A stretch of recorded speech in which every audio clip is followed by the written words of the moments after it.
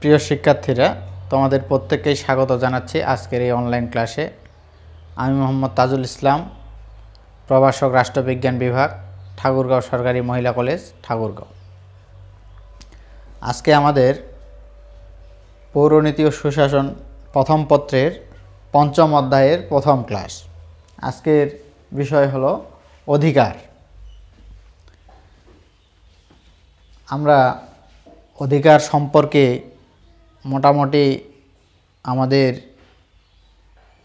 যে নিচের ক্লাসগুলো থেকে জেনেছি এবং সেটা খুবই প্রাথমিক একটা বিষয়। আমাদের সেই প্রাথমিক বিদ্যালয় থেকেই আমরা এই অধিকার, কর্তব্য, এই বিষয়গুলো পড়ছি। তো আজকে অধিকার কি? আমরা জানি যে অধিকার হলো কিছু সুযোগ সুবিধা। অধিকার হলো কিছু সুযোগ সুবিধা যা আমাদেরকে রাষ্ট্র দিয়ে থাকে। রাষ্ট্র সমাজ যেই অধিকারগুলো স্বীকৃত, যে অধিকারগুলো, যে সুযোগ সুবিধাগুলো যা নাগরিককে, রাষ্ট্রের বসবাসরত নাগরিকরা পেয়ে থাকে। এবং এগুলো কোন সুযোগ সুবিধা? যেই সুযোগ সুবিধাগুলো ব্যতীত একজন ব্যক্তি তার ব্যক্তিত্বের পূর্ণ বিকাশ সাধন করতে পারে না।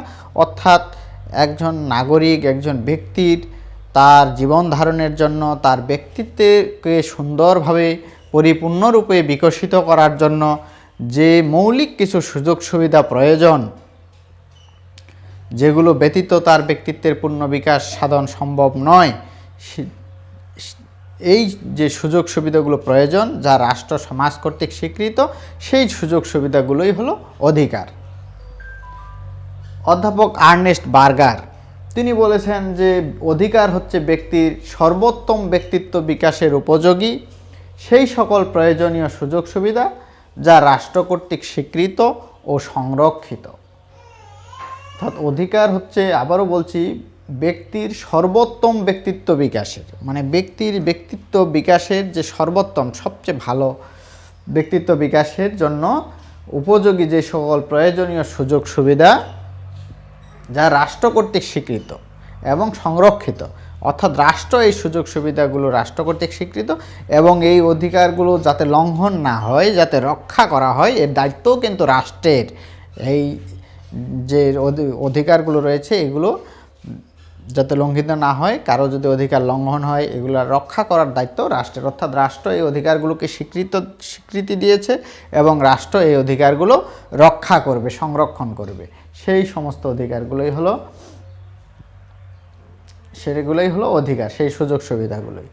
প্রফেসর লাস্কির মতে যে অধিকার হচ্ছে সমাজ জীবনের সে সকল শর্তাবলী যা ব্যতীত ব্যক্তি তার ব্যক্তিত্বের পূর্ণ বিকাশ সাধন করতে পারে না। তাহলে আমরা অধিকার বলতে যা বুঝলাম যে আমাদের এই রাষ্ট্রবিজ্ঞানীদের সংজ্ঞায়ন থেকেও যে অধিকার হচ্ছে রাষ্ট্র বা সমাজ কর্তৃক স্বীকৃত সেই সকল সুযোগ সুবিধা যা, যেই সুযোগ সুবিধাগুলো ব্যতীত একজন ব্যক্তির তার ব্যক্তিত্ব বিকাশের পূর্ণাঙ্গ বিকাশ বা সর্বোত্তম বিকাশ সাধন করা সম্ভব নয়, যে অধিকারগুলো সমাজ বা রাষ্ট্র কর্তৃক স্বীকৃত এবং সংরক্ষিত। এই পর্যায়ে আমরা দেখব যে অধিকারের কিছু বৈশিষ্ট্য। আমরা এই সংজ্ঞায়নগুলো আলোচনা করতে গিয়েই আমরা অধিকারের কিছু বৈশিষ্ট্য সম্পর্কে ধারণা পাই। অধিকারের বৈশিষ্ট্য আমাদেরকে জিজ্ঞাসা করা হলে তাহলে আমরা কি বলবো? যে অধিকার হচ্ছে কিছু সুযোগ সুবিধা। অধিকার হচ্ছে কিছু সুযোগ সুবিধা। কোন সুযোগ সুবিধা? দ্বিতীয় নম্বর বৈশিষ্ট্য আমরা বলতে পারি যে এই সুযোগ যেগুলো যা সমাজ বা রাষ্ট্র কর্তৃক স্বীকৃত এবং সংরক্ষিত। অধিকারের আরেকটি বৈশিষ্ট্য হলো অধিকার হলো সার্বজনীন। অধিকার সার্বজনীন। অধিকার পরিবর্তনশীল, এটাও একটি বৈশিষ্ট্য অধিকারের, যে অধিকার অধিকার সবসময় ফিক্সড না। এটা সময় বা যুগের সাথে তাল মিলিয়ে রাষ্ট্র বা সমাজ নাগরিকের বা ব্যক্তির অধিকারগুলো পরিবর্তন হতে পারে। যেমন এক সময় আমরা জানি যে নারীদের ভোটাধিকার ছিল না, কিন্তু তখন নারীদের এই অধিকার থেকে তারা বঞ্চিত ছিল, কিন্তু সময়ের প্রয়োজনে কিন্তু নারীরা সেই ভোটাধিকার অর্জন করেছে।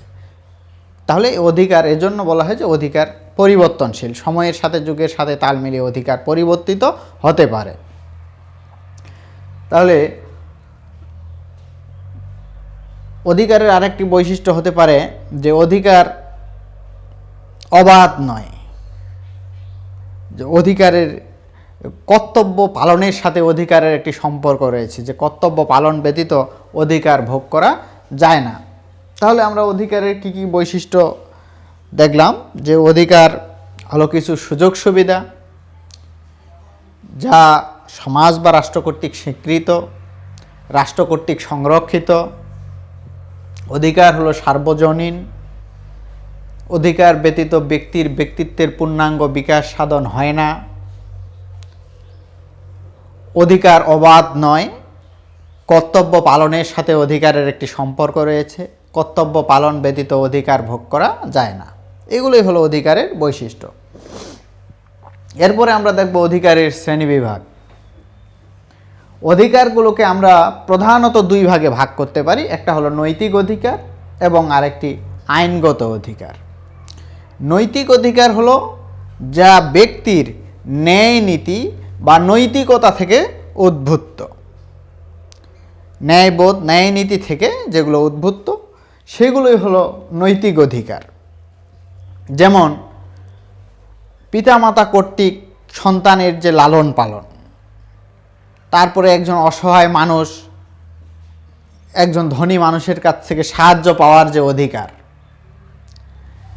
বা আমাদের পিতামাতা যখন বয়োবৃদ্ধ হয় সন্তান কর্তৃক তাকে দেখাশোনা, তার দায়িত্ব পালন করা, এইগুলো হলো নৈতিক অধিকার। একজন ভিক্ষুককে সহায়তা করা, এগুলো আমাদের এই সহায়তার বিষয়গুলো, সন্তান লালন পালনের বিষয়গুলো, এগুলো আমাদের নীতি নৈতিকতা থেকে আসে। অর্থাৎ যেই অধিকারগুলো কোনো সংরক্ষণ করার জন্য বৈধ কোনো কর্তৃপক্ষ নেই, সেই অধিকারগুলো নৈতিক অধিকার। অর্থাৎ যেই অধিকারগুলো লঙ্ঘিত হলে বৈধ কোনো কর্তৃপক্ষ আমাদেরকে শাস্তির আওতায় নিয়ে আসে না, সেই যা আমাদের নীতি নৈতিকতা ন্যায়বোধ থেকে আসে, সেগুলোই হলো নৈতিক অধিকার। কিন্তু এই নৈতিক অধিকার লঙ্ঘন করলেও ব্যক্তি অনেক সময় হয়তো আইনগতভাবে শাস্তির সম্মুখীন না হলেও সামাজিকভাবে অনেক সমালোচনার সম্মুখীন হতে পারে। যেমন একজন অনেক ধনী মানুষ যদি কখনো কোনো অসহায় মানুষকে সাহায্য সহযোগিতা না করে, তার একজন নিকটতম প্রতিবেশীকে যদি সে কখনো সহযোগিতা না করে, তাহলে এটা সমাজ সেই মানুষটাকে কিন্তু সুদৃষ্টিতে দেখে না, সে অনেক সমালোচনার শিকার হতে পারে। বা কোনো সন্তান যদি তার পিতামাতার দায়িত্ব না নেয়, বয়স্ক পিতামাতার দেখাশোনা সঠিকভাবে না করে, সে কিন্তু সমাজের কাছে অনেক সমালোচিত ব্যক্তি হয়, বা সে কোনো আদর্শ ব্যক্তি হয় না, তাকে কিন্তু সমাজ খারাপ দৃষ্টিতে দেখে। তো সেটা শাস্তির চেয়েও এটা কিন্তু একটা সামাজিক একটা শাস্তি তার কিন্তু রয়েছে। কিন্তু আইনগত যে অধিকারগুলো আছে, অধিকারের আরেকটি ভাগ হলো আইনগত অধিকার। এই আইনগত অধিকারগুলো রাষ্ট্র কর্তৃক স্বীকৃত এবং সংরক্ষিত। অর্থাৎ যেই অধিকারগুলো লঙ্ঘিত হলে আমাদেরকে বা রাষ্ট্র এগুলো রক্ষা করবে, এর কোনো বৈধ একটি কর্তৃপক্ষ রয়েছে সেগুলো সংরক্ষণ করার, সেগুলোই হলো আইনগত অধিকার। আইনগত অধিকারকে আমরা কয়েকটি ভাগে ভাগ করতে পারি, যেমন সামাজিক অধিকার, অর্থনৈতিক অধিকার, রাজনৈতিক অধিকার, সাংস্কৃতিক অধিকার, ধর্মীয় অধিকার এবং ব্যক্তিগত অধিকার। এবার আসি সামাজিক অধিকার। সামাজিক অধিকার হলো ব্যক্তির সমাজে বসবাস করার জন্য যে সুযোগ সুবিধাগুলো, যে অধিকারগুলো প্রয়োজন একটি সমাজে সঠিক সুন্দরভাবে বসবাস করার জন্য যে সমস্ত সুযোগ সুবিধা বা অধিকার প্রয়োজন সেগুলোই হলো সামাজিক অধিকার। যেমন ব্যক্তির তার আত্মরক্ষার অধিকার রয়েছে, সমাজে বাস করতে হলে রাষ্ট্র তাকে নিরাপত্তা দেবে, এর বাইরেও ব্যক্তির আত্মরক্ষার অধিকার রয়েছে, প্রয়োজন হয় অনেক সময় আত্মরক্ষার, এটা একটা তার সামাজিক অধিকার। তার জীবন ধারণের অধিকার, এটা সামাজিক অধিকার। সমাজে চলাফেরার অধিকার, এটা একটি সামাজিক অধিকার।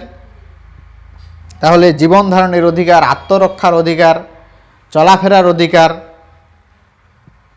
সভা সমিতি করার অধিকার, চিন্তা ও মত প্রকাশের স্বাধীনতার অধিকার, ধর্ম পালনের অধিকার, সম্পত্তি অর্জনের অধিকার, পরিবার গঠনের অধিকার, এগুলো সবই সামাজিক অধিকার। এছাড়া শিক্ষার অধিকার, এগুলো সমাজে বসবাস করার জন্য এই অধিকারগুলো প্রয়োজন, এগুলোই হলো সামাজিক অধিকার। আবারও বলছি যে জীবন ধারণের অধিকার, আত্মরক্ষার অধিকার, শিক্ষার অধিকার, ধর্ম পালনের অধিকার, চিন্তা ও মত প্রকাশের স্বাধীনতার অধিকার, সংবাদপত্রে যে স্বাধীনতার অধিকার, ধর্ম পালনের অধিকার, শিক্ষার অধিকার, পরিবার গঠনের অধিকার, এগুলো হলো সামাজিক অধিকার। এরপরে আছে অর্থনৈতিক অধিকার, অর্থাৎ ব্যক্তির বা নাগরিকের জন্য যে অর্থনৈতিক সুযোগ সুবিধাগুলো, নাগরিকের ব্যক্তিত্ব বিকাশের জন্য যে অর্থনৈতিক সুযোগ সুবিধাগুলো প্রয়োজন সেগুলোই হলো অর্থনৈতিক অধিকার। অথবা যে অধিকারগুলোর সাথে অর্থনৈতিক সম্পর্ক রয়েছে সেই অধিকারগুলোই হলো অর্থনৈতিক অধিকার।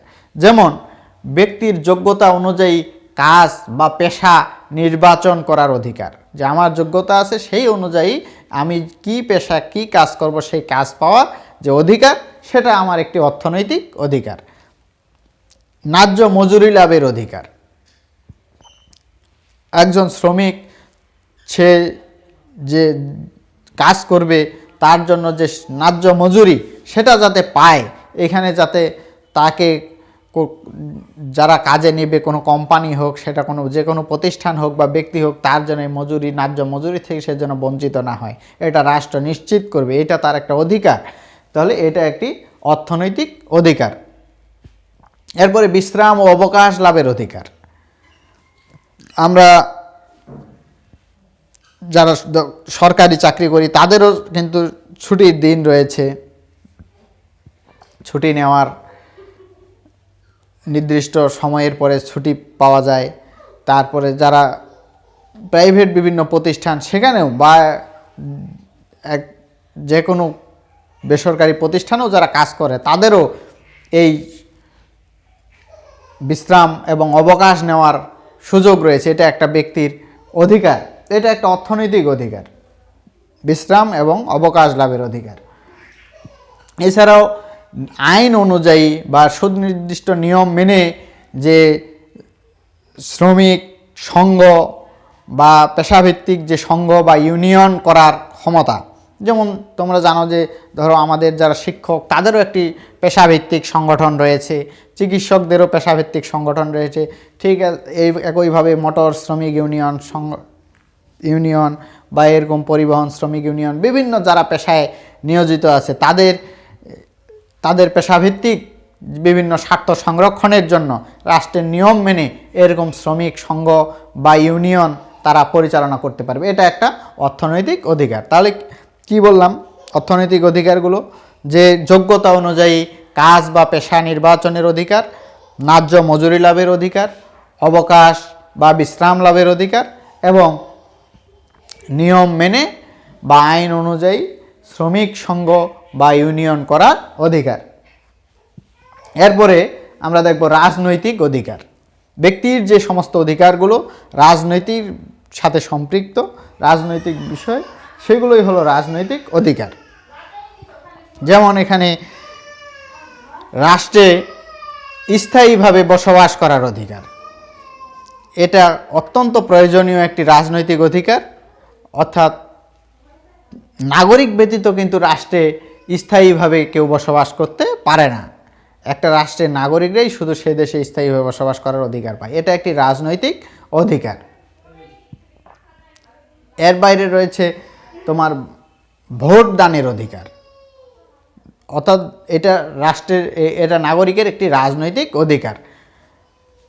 তারপরে রয়েছে সরকারি চাকুরি লাভের অধিকার। আমরা জানি যে একটি রাষ্ট্রের সরকারি চাকুরিতে সাধারণত সে দেশের নাগরিকরাই নিয়োগ লাভ করতে পারে। এটা নাগরিকের একটি রাজনৈতিক অধিকার। নির্বাচনে সে যেমন ভোট দান করতে পারে এবং নির্বাচনে প্রার্থী হতে পারে, সেটাও তার একটি রাজনৈতিক অধিকার। এবং রাষ্ট্রে বসবাস করার সময়ে সে যেমন নিরাপত্তা পায়, ঠিক তদ্রূপ বিদেশে বসবাসরত অবস্থায় নিরাপত্তা লাভের অধিকার। আমরা দেখি যে প্রায় সময় যে আমাদের নাগরিকরা যারা প্রবাসী, যারা বিভিন্ন দেশে অবস্থান করে, তারা যদি কোনো সমস্যার সম্মুখীন হয়, সেই সমস্যাগুলো সমাধান করার জন্য আমাদের কিন্তু সেখানে দূতাবাস রয়েছে। তারা সেখানে গেলে সেই সমস্যার সমাধান পাবে, সেটা সেখানে আশ্রয় লাভ করতে পারবে। তো এটা একটা নাগরিকের রাজনৈতিক অধিকার। তাহলে আবারও বলছি রাজনৈতিক অধিকারগুলো, যে রাষ্ট্রে স্থায়ীভাবে বসবাস করার অধিকার, যোগ্যতা অনুযায়ী বা সরকারি চাকুরি লাভের অধিকার, ভোট দানের অধিকার, ভোটার হওয়ার অধিকার, নির্বাচনে প্রার্থী হওয়ার অধিকার এবং বিদেশে অবস্থানরত অবস্থায় নিরাপত্তা লাভের অধিকার। এগুলো হলো রাজনৈতিক অধিকার। এরপরে আমরা দেখব সাংস্কৃতিক অধিকার। ব্যক্তিত্ব বিকাশের সাথে সাংস্কৃতিক অধিকারের একটি গুরুত্বপূর্ণ সংযোগ রয়েছে। অর্থাৎ মানুষ তার সংস্কৃতি চর্চা ব্যতীত চলতে পারে না। নাগরিকদের যে এই সাংস্কৃতিক অধিকারগুলো রয়েছে, সেগুলো একটা ব্যক্তির ব্যক্তিত্ব বিকাশের জন্য অপরিহার্য। এর জন্য সেই অধিকারগুলো রাষ্ট্র এবং সমাজ কর্তৃক স্বীকৃত। এক্ষেত্রে ব্যক্তির আমরা বলতে পারি সাংস্কৃতিক অধিকার, তার যেমন পোশাক পরিচ্ছদ, খাদ্যাভ্যাস, গান, কবিতা, এসব কিছুই সংস্কৃতির অন্তর্ভুক্ত। এগুলো ব্যক্তির যাতে চর্চা করতে পারে, তার পছন্দ মতো সে এগুলো উপভোগ করতে পারে, এটা তার সাংস্কৃতিক অধিকার। এছাড়াও রয়েছে ধর্মীয় অধিকার। ধর্মীয় অধিকার, রাষ্ট্র কোনো নাগরিককে কোনো নির্দিষ্ট ধর্ম চাপিয়ে দেবে না এবং এখানে নাগরিক যাতে তার ইচ্ছা মতো ইচ্ছা অনুযায়ী ধর্ম সে সঠিকভাবে পালন করতে পারে, সেই অধিকারটি প্রত্যেক নাগরিকের রয়েছে। সেগুলোই হলো ধর্মীয় অধিকার। এই অধিকারটিও সমাজ বা রাষ্ট্র কর্তৃক স্বীকৃত এবং সংরক্ষিত। কোনো ব্যক্তি যদি অন্য কারো ধর্ম পালনে বাধা দেয়, সেটা রাষ্ট্র এই বিষয়টি সংরক্ষণ করবে। সেখানে রাষ্ট্র আইনগত ব্যবস্থা নিতে হবে রাষ্ট্রকে। আমরা সর্বশেষ দেখব ব্যক্তিগত অধিকার। যেই অধিকারগুলো ব্যক্তির একান্ত ব্যক্তির সাথে সম্পৃক্ত, ব্যক্তিগত অধিকার, সেই অধিকারগুলোই ব্যক্তিগত অধিকার। যেমন পরিবার গঠনের অধিকার। একজন ব্যক্তি কাকে পছন্দ করে বিয়ে করবে, তার পরিবারটি কেমন হবে, সে কি কার সাথে বিবাহ বন্ধনে আবদ্ধ হয়ে পরিবার গঠন করবে, এটা যেমন ব্যক্তির একান্ত ব্যক্তিগত একটি বিষয়, ঠিক এরকম অধিকারগুলোই হলো ব্যক্তিগত অধিকার। এগুলো রাষ্ট্র বা সমাজ কর্তৃক স্বীকৃত এবং রাষ্ট্র সেই অধিকারগুলো সংরক্ষণ করবে।